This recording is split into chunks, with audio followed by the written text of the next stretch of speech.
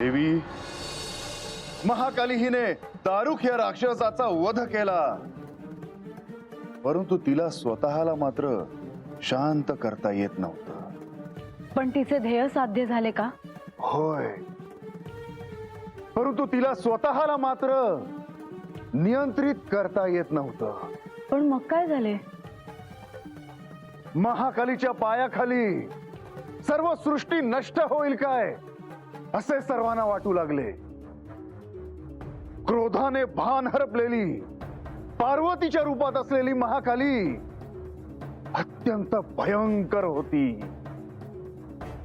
सर्व देव केवळ तिच्याकडे पाहत होते, परंतु तिला थांबवण्याचे धाडस ते मात्र कोणामध्येही नव्हतं.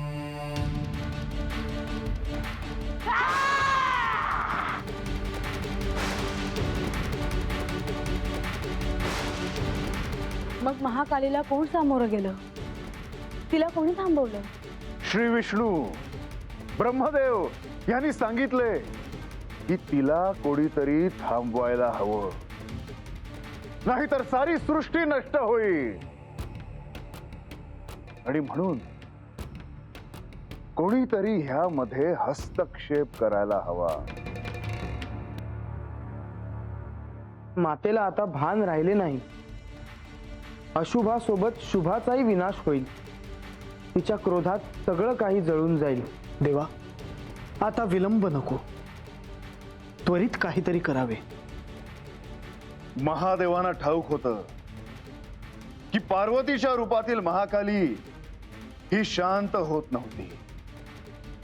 ते स्वतः जरी तिच्या सामोरे गेले असते तरी तिने त्यांना ओळखले नसते.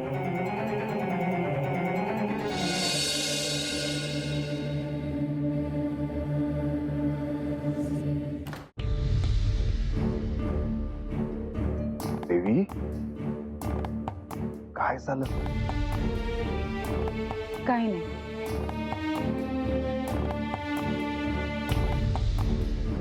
आता महादेवांपुढे फार मोठा प्रश्न होता की ह्या महाकालीला थांबवायचे कसे.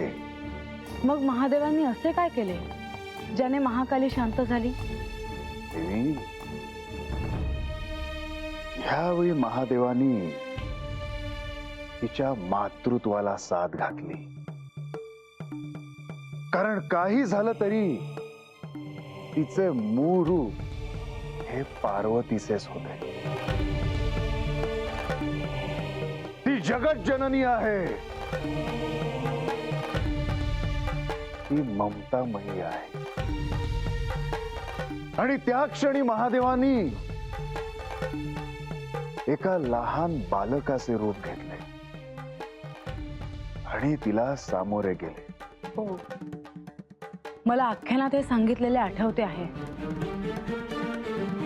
महादेवाने प्रत्यक्ष लहान बालकाचे रूप कसे घेतले याची मला उत्सुकता आहे. देवी, आपण आपले डोळे बंद करा.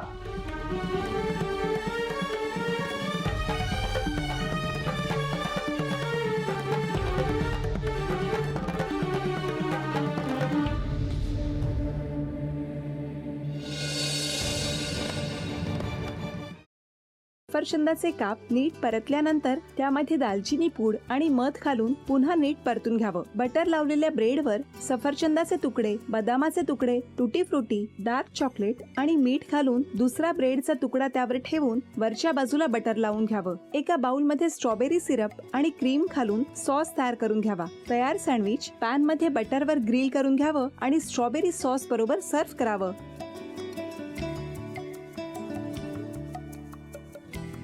हे जेव्हा बोलत होते तेव्हा मी बघत होतो की या दोघांनी स्वतःचा संसार उभा केलाच, पण स्वतःच्या संसाराबरोबर अनेकांच्या आयुष्यात आनंद निर्माण केला.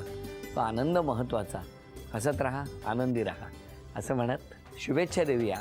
आणि ही झी मराठीकडून भेटवस्तू डेव्हिड तुमच्यासाठी. अभिनंदन. आणि वहिनींना तथास्तू पुणे यांच्याकडून ही पैठणी. अभिनंदन.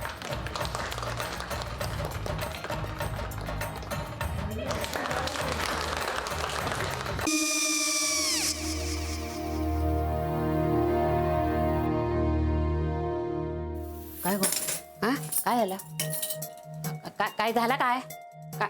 आले, मी निकाल लावून आली. हो, पण तिची आईच काय बोलली? तिला वाटलं का सगळ्या निशाने आपल्या चुका कबूल केल्या का? आई, मी चांगलं सुनावून आली आहे. त्या तिची बाजू घेत होत्या, पण मी लक्ष दिलं नाहीये. खूप झालं आता. चांगुलपणा खूप झाला.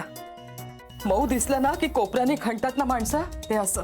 अगो, पण आईच म्हणली काय तिची? पटला काय ती का? मला माहिती नाहीये. आई, मी तुम्हाला नंतर फोन करते. हो, आणि आई बाबा जे बोलले त्याचं वाईट नका वाटून घेऊ. सॉरी. सॉरी काय त्या? नेहा आले. आई, मी येते. हो, काकू येते.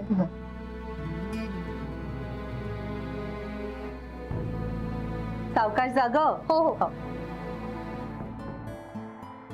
मग काय काकू, कधी उडवता लग्नाचा बार? बघूया.